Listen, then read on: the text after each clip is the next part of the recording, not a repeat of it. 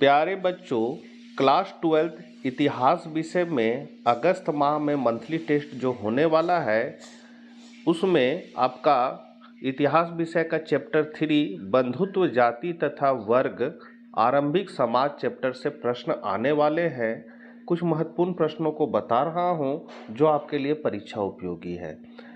Channel पर यदि पहली बार है और आर्ट्स के विभिन्न विषयों की तैयारी करना चाहते हैं तो चैनल को जरूर सब्सक्राइब कर ले और मित्रों को वीडियो शेयर करना ना भूले। तो चलिए हम लोग आज कुछ नया सीखते हैं। तो सबसे पहला क्वेश्चन है ऑब्जेक्टिव का, संस्कृत ग्रंथों में कुल शब्द का प्रयोग किसके लिए की गई।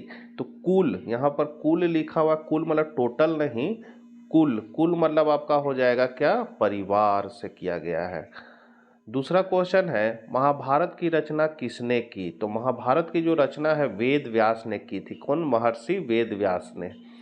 महाभारत का युद्ध कुरुक्षेत्र में कितने दिनों तक चला। तो 18 दिनों तक चला था। महाभारत कालीन समाज का स्वरूप कैसा था। तो पितृसत्तात्मक था। मतलब दो तरह का समाज होता था पहले, मातृसत्तात्मक और पितृसत्तात्मक। मातृसत्तात्मक में स्त्रियों का महत्व ज़्यादा रहता था जबकि पितृसत्तात्मक में पुरुषों का महत्व ज़्यादा रहता है। मनुस्मृति में कितने प्रकार के विवाह का उल्लेख है। तो 8 प्रकार के विवाह का उल्लेख है। दुर्योधन की माँ कौन थी। तो दुर्योधन की माँ गंधारी थी। मानव के संपूर्ण जीवन को कितने भागों में बांटा गया है। तो 5 भागों में बांटा गया है। महाभारत की रचना किस भाषा में हुई थी। संस्कृत भाषा में। नाट्य शास्त्र के लेखक का नाम लिखिए। तो भरत मुनि हो जाएगा। पुराणों की संख्या कितनी है। 18। महाभारत का फारसी अनुवाद का नाम क्या है। तो रजमनामा।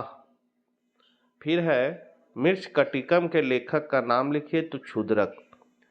यहाँ से आपका अति लघु उत्तरीय प्रश्न है, गोत्र को परिभाषित करें। तो गोत्र प्राचीन मानव समाज द्वारा बनाए गए रीति रिवाज का हिस्सा है जो यह निश्चित करता है कि एक व्यक्ति किस पूर्वज की संतान है, अर्थात गोत्र का संबंध वंश से है। दूसरा क्वेश्चन है कुल तथा जाति का क्या अर्थ है। तो संस्कृत ग्रंथों में कुल शब्द का प्रयोग परिवार के लिए और जाति शब्द का बांधवों के बड़े समूह के लिए होता था।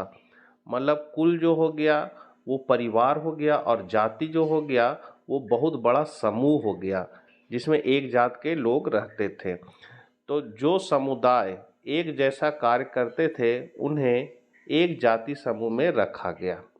तीसरा क्वेश्चन है आपका, अंतर्विवाह से क्या तात्पर्य है। तो अंतर्विवाह में वैवाहिक संबंध समूह के मध्य ही होते थे। मतलब जिस समूह में थे, जिस जाति में थे, जिस गोत्र में थे, उसी में विवाह होता था। यह समूह गोत्र, कुल अथवा जातियों का फिर एक ही स्थान पर बसने वालों का हो सकता है। फिर है बहिर्विवाह किसे कहते हैं। तो एक गोत्र से दूसरे गोत्र में विवाह करने की पद्धति को बहिर्विवाह कहा जाता था। मतलब यदि हिंदू लड़की है और मुस्लिम लड़का से शादी कर ली तो ये बहिर्विवाह कहलाएगा। अगला है धर्म शास्त्रों के अनुसार ब्राह्मणों के 2 आदर्श व्यवसाय क्या थे। तो ब्राह्मणों का व्यवसाय था वेद पढ़ना और पढ़ाना, यज्ञ करना और उपहार प्राप्त करना।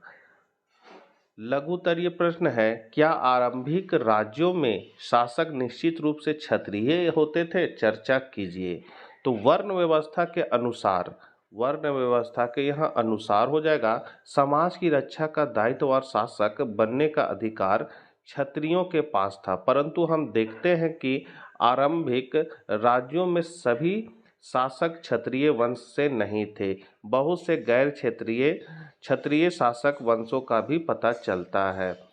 ब्राह्मण ग्रंथों मतलब पुराणों में क्षुद्र बताया गया है जबकि बौद्ध ग्रंथ में उसे क्षत्रिय मानते हैं। मौर्य वंश के बाद शुंग व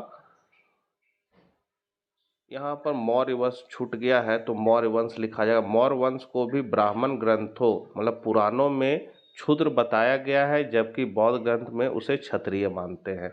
फिर है मौर्य वंश के बाद शुंग व कण्व ब्राह्मण शासक बने।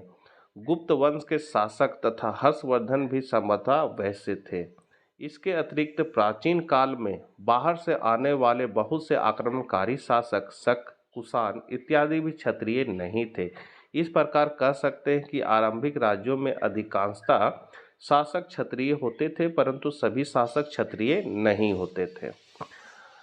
चंद्रगुप्त से है फिर यहाँ, महाभारत के संबंध में बंधुत्व के रिश्तों में किस प्रकार परिवर्तन आया।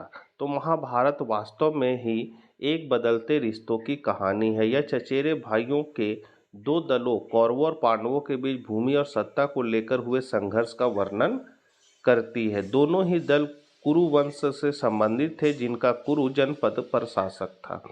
उनके संघर्ष ने अंततः एक युद्ध का रूप ले लिया, जिसमें पांडव विजय हुए। इसके बाद पितृवंशीय उत्तराधिकारी की घोषणा की गई। भले ही पितृवंशिकता की परंपरा प्रचलित थी, परंतु महाभारत की मुख्य कथा वस्तु ने इस आदर्श को और सुदृढ़ किया। पितृवंशिकता के अनुसार पिता की मृत्यु के बाद उसके पुत्र उसके संसाधनों का अधिकार जमा सकता था। अतः ऐसा कहा जाता है कि महाभारत में बंधुता के रिश्तों को परिवर्तित किया। अगला क्वेश्चन है, महाभारत के महत्व पर प्रकाश डालिए। तो पहला है, महाभारत भारतीय संस्कृति तथा हिंदू धर्म के विकास का संस्कृत भाषा में लेखा जोखा है। फिर है, इसमें समाज के सभी अंग जैसे राजनीतिक, धर्म, दर्शन तथा उद्देश्य की झलक मिलती है। तीसरा है, इसमें युद्ध व शांति, सद्गुण व दुर्गुण की व्याख्या की गई। चौथा है, भारतीय इतिहास का एक महत्वपूर्ण स्रोत है। पांचवा पॉइंट है, निश्चित रूप से सामाजिक मूल्यों के अध्ययन के लिए महाभारत एक अच्छा स्रोत है।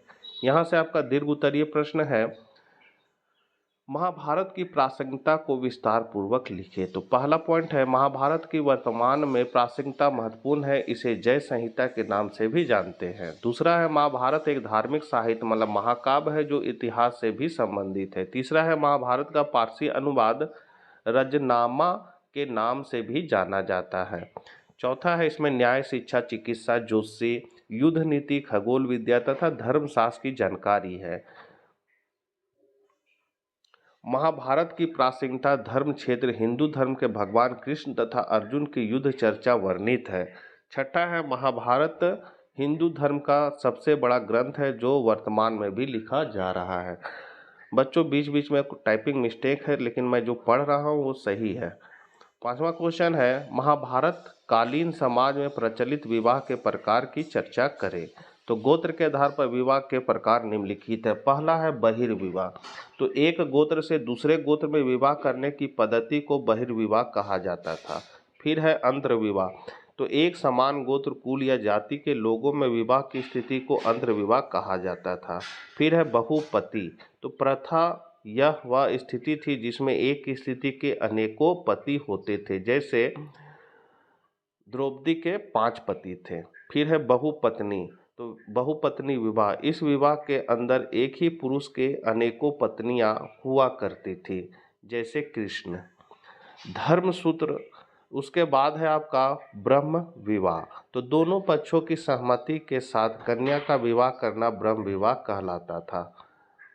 दोनों पक्षों मतलब पुरुष पक्ष और स्त्री पक्ष का यदि परिवार आपस में सहमति है तो वो ब्रह्म विवाह कहलाएगा। देव विवाह। तो किसी धार्मिक अनुष्ठान के मूल्य के रूप में अपनी कन्या को दान में दे देना देव विवाह कहलाता है।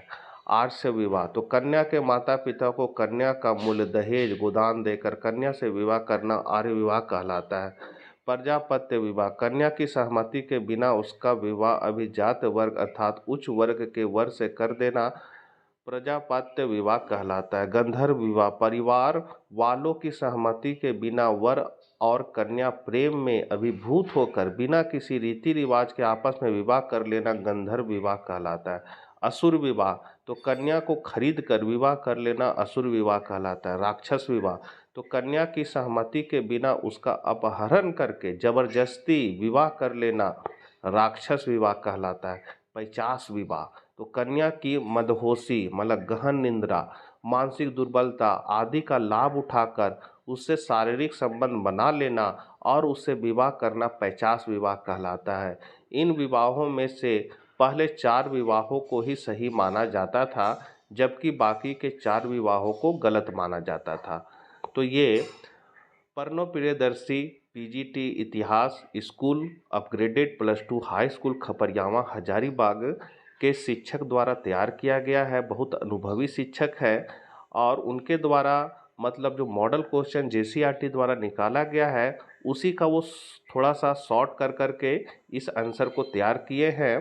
तो उनका बहुत बहुत धन्यवाद। बच्चों, इतिहास के बच्चों को वीडियो शेयर करना ना भूले।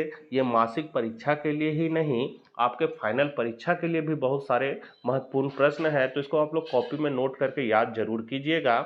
तो मिलते हैं नेक्स्ट वीडियो साथ। जय हिंद, जय भारत।